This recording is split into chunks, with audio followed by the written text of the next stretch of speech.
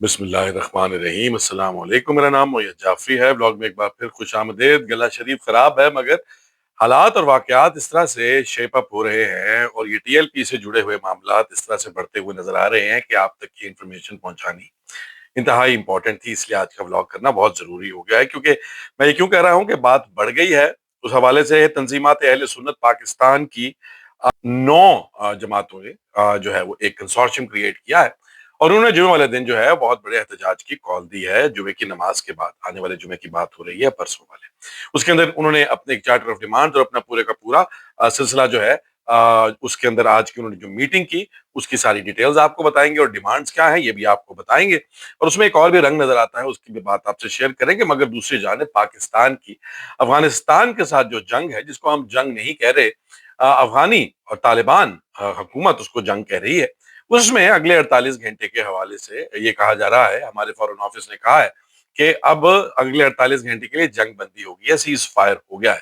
مگر سب کچھ کیا چل رہا ہے اور کیوں چل رہا ہے اور کہاں تک جائے گا یہ بھی جاننا انتہائی ضروری ہے، اس پر بات کریں گے۔ اور مریم نواز کے بارے میں بات کریں گے کہ تنظیمات اہل سنت پاکستان کا جو آج اجلاس ہوا، اس کی جو مذاکراتی کمیٹی تھی ان کے لوگوں کے آپ کو صرف پہلے نام بتا دوں تاکہ آپ کو پتہ لگے یہ کتنی سیریس معاملہ ہے۔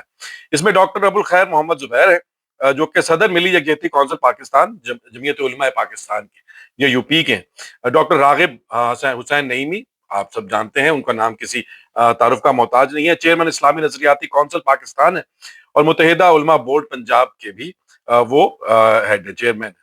صاحبزادہ حامد رضا صاحب، چیئرمین سنی اتحاد کونسل پاکستان۔ اگر آپ پی ٹی آئی کو جانتے ہیں، پی ٹی آئی کے فالوور ہیں یا پاکستان کی سیاست کو سمجھتے ہیں جو کہ آپ کرتے ہیں، تو وہ آپ کو پتا ہوگا کہ وہ کون ہے۔ پیر عبد الخالق قادری، امیر مرکزی جماعت اہل سنت پاکستان، جماعت اہل سنت پاکستان کے مرکزی جو ہے وہ امیر ہیں۔ انجینئر ثروت اعجاز قادری، سربراہ پاکستان سنی تحریک جو ہے، ان کے پاکستان سنی تحریک کے بھی ہیڈ اس میں بیٹھے۔ اس کے بعد حافظ حامد رضا سیال کوٹی، سابق وزیر مذہبی امور آزاد کشمیر، مطلب اس سائیڈ کے بھی لوگ اب اس سارے میں انٹرسٹ۔ خواجہ غلام قطب الدین، چیئرمین نیشنل مشائخ کونسل پاکستان۔ اب آپ یہ دیکھتے چلے جائیں، یہ آپ کو نام بتا کے بور کرنا مقصد نہیں ہے، آپ کو یہ پری ٹیکس اس لیے بتانا ضروری ہے کہ کوئی نانگے چھانگے، کوئی چھوٹے موٹے لوگ آ کر نہیں بیٹھے۔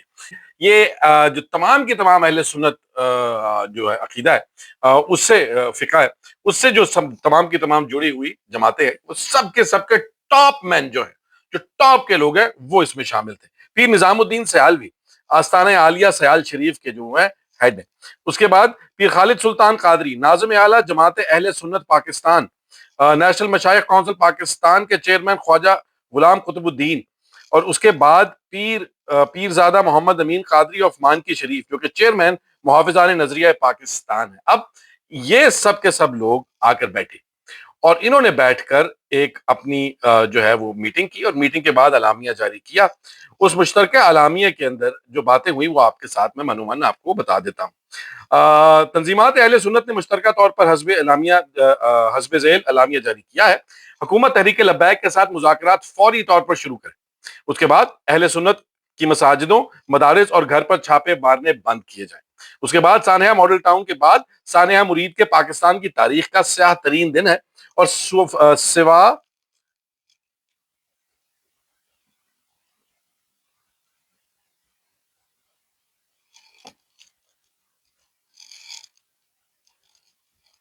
سانحہ ماڈل ٹاؤن کے بعد سانحہ مرید کے پاکستان کی تاریخ کا سیاہ ترین دن ہے اور اہل سنت کی نسل کشی کے مترادف ہے۔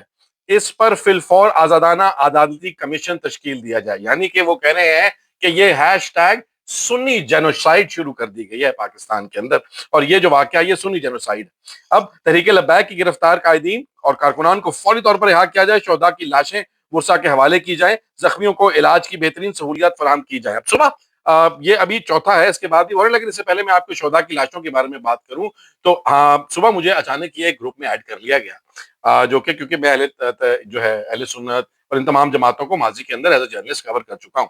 اس گروپ کا نام تھا فرینڈز، اور فرینڈز کے اندر وہ ساری کی ساری تحریک لبیک سے منسلک انفارمیشن آنے لگی، اور وہ ایڈمن میسج اونلی گروپ تھا، یعنی کہ میں اس میں صرف پڑھ سکتا تھا، دیکھ سکتا تھا۔ اس کے اندر ایک وائس کلپ جو ہے وہ شیئر کیا گیا کہ جی یہ سنیں پولیس والے آپس میں باتیں کر رہے ہیں فون پر، اور حقیقت کیا ہے۔ اس کے اندر وہ کیا کہہ رہا ہے، اب کیا ہے وہ پروپیگنڈا ہے، اس بارے میں مجھے کچھ نہیں معلوم، مگر وہاں پر جو چیز ہے وہ آپ سے شیئر کر رہا ہوں۔ وہ کہہ رہا ہے کہ 8 ٹرک جو ہیں لاشوں کے اس مرید کے سے جو ہے وہ اٹھائے گئے ہیں، صبح سے وہ لے کے جا رہے ہیں، اور وہ کہہ رہا ہے کہ کہنے کو تو یہاں پر 300 لوگ جو ہیں شہید ہوئے ہیں، لیکن مجھے تو لگتا ہے کہ 500 سے 800 لوگ جو ہیں وہ شہید ہوئے ہیں۔ تو اب یہ ساری کی ساری کہانی جو ہے یہ بھی اسی نیریٹو کو انڈورس کر رہی ہے کہ لاشیں جو ہیں ورثہ کے حوالے نہیں کی جا رہی، وہ ان کے حوالے کی جائیں، زخمیوں کو علاج کی بہترین سہولتیں فراہم کی جائیں۔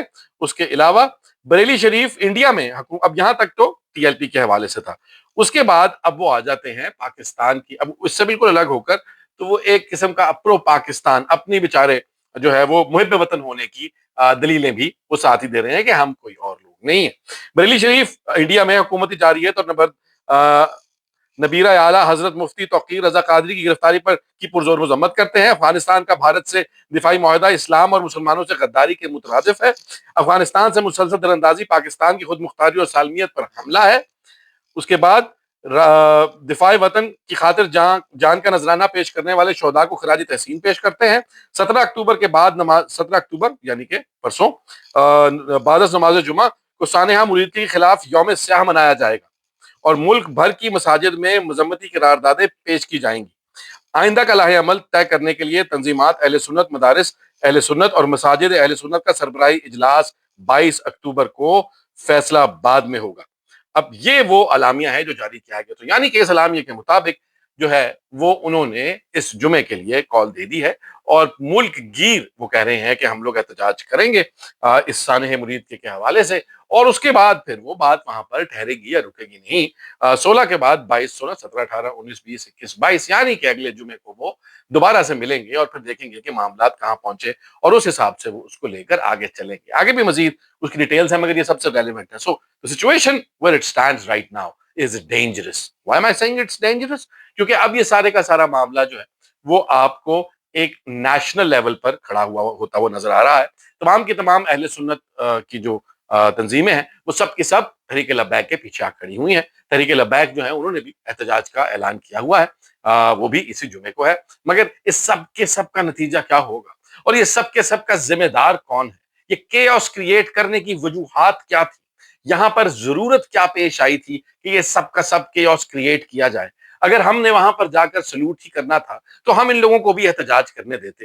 اگر ان کو سلوٹ کرنے کا حق ہے تو انہیں بھی احتجاج کرنے کا حق ہونا چاہیے۔ اگر وہ مسلح نہیں ہے، اگر مسلح ہے اور انہوں نے پہلے گولی چلائی ہے تو پھر وہ بات اور ہے۔ مگر انہوں نے جو تحقیقات کا ڈیمانڈ کی ہے وہ بھی جو ہے ایک اہم نقطہ ہے، دیکھتے ہیں اس کے اوپر کیا ہوتا ہے۔ مگر یہ ساری کی ساری کہانی جو ہے اس میں اگر کسی کے ہاتھ پر خون ہے تو وہ اگر یہ معاملات واقعتاً وہ ہیں جو کہ ٹی ایل پی کہتی ہے تو وہ خون مریم نواز شریف کے ہاتھ پہ، اس سے پہلے ان کے چچا کے ہاتھ پر تھا قادری صاحب کے احتجاج کے اوپر جب انہوں نے فائرنگ کی تھی، جسے سانحہ ماڈل ٹاؤن بھی کہتے ہیں، اور اس وقت اس کو کہا گیا تھا کہ جی رانا ثناء اللہ نے یا کسی پولیس آفیسر نے جو ہے وہ اپنی تئیں سوچ سمجھ کے یہ کر دیا تھا، ہمارا کوئی آرڈر نہیں تھا۔ وہ ساری کی ساری کہانی ایسا کیوں ہے کہ پاکستان مسلم لیگ نون کے دور کے اندر اس طرح کی خوریزی جو ہے وہ معمول بنتی چلی جا رہی ہے؟ وہ چاہے 26 نومبر کا واقعہ ہو، وہ چاہے سانحہ مرید کے ہو، یا وہ سانحہ ڈی چوک ہو، یا وہ سانحہ ماڈل ٹاؤن ہو۔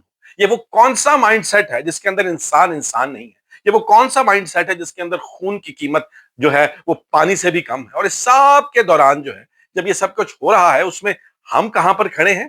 ہم یہاں پر کھڑے ہیں کہ مولانا فضل الرحمان اب یہ کہہ رہے ہیں جو کہ میں پاکستان کے اور افغانستان کے بیچ میں مذاکرات کروا دیتا ہوں، میں ان کی آپس میں صلح کروا دیتا ہوں، ہم لوگوں کو جنگ نہیں کرنی چاہیے، دونوں مسلم ممالک ہیں۔ مگر پاکستان نے جو کل ان کے جو جسے کہتے ہیں ٹارگٹس کو ایئر اسٹرائک سے نشانہ بنایا، انہوں نے بھی پاکستان کے اوپر حملہ کیا ٹینکوں کے ساتھ، جو ہمیں جو بتایا جا رہا ہے اس میں مگر معاملات افغانستان کے ہوں، معاملات ٹی ایل پی کے ہوں، معاملات اہل سنت کی جینوسائیڈ جو کہ وہ کہہ رہے ہیں ان کے ہوں، یا پھر پاکستان کے اندر جو لیٹسٹ ابھی جو سی سی ڈی کے معاملات ہیں جس کے اندر لوگوں کو مبینہ پولیس مقابلوں کے اندر اب بہت بڑے بڑے ڈانس کو بھی مارا جا رہا ہے۔ میں کبھی نہیں کہتا کہ بھائی کنٹرول میں نہیں لے کے آنا چاہیے، مگر جس طریقے سے یہ سب کچھ ہو رہا ہے وہ سب کا سب پنجاب کے اندر موجود حکومت کے لیے انتہائی پریشان کن اور انتہائی جسے کہتے ہیں ڈینجرس ہے۔ وہ ڈینجرس کیوں ہے؟ کیونکہ مریم نواز کے لیے اب حکومت میں رہنا صرف انتہائی اہم نہیں، ناگزیر ہو گیا ہے۔ انہوں نے جس معاملے میں جیسا کہ میں نے آپ کو بتایا کہ اب اگر لوگ اس میں شہید ہوئے ہیں اور 200 ہوئے ہیں یا جتنے بھی ہوئے ہیں، اس کے بعد ان کے لیے کتنے چیلنجز ہیں محترمہ کے لیے. اس کے بعد دوسری طرف تیفی بٹ وہ گینگ وارز والے لوگ جو ہیں وہ سارے کے سارے بدماش جو اس دور کے اندر سب کے سب ٹارگٹ ہوئے ہیں وہ جو ہیں وہ بھی بیٹھے ہوں گے. تو جس دن محترمہ جو ہیں ان کو حکومتی جو چیئر ہے اس سے الگ ہونا پڑے گا اور حکومتی اور فوجی سیکورٹی جو ہے ان کے پاس نہیں ہوگی تو ان کی زندگی انتہائی پریشان ہونے کا خدشہ ہے. اللہ تعالیٰ ہمارے ملک کو اس طرح کے کسی بھی سانحے سے بچائے. مالک اپنا کرم رکھے, ان کو اپنی حفاظت میں رکھے, جو ہے اس ملک کے اندر انصاف جو ہے اس کا بول بالا ہو. لیکن دوسری جانب جاتے جاتے خبر یہی ہے کہ مصطفیٰ سہیل آفریدی صاحب کا آج کنڈی صاحب نے فائنلی اوتھ لے لیا ہے.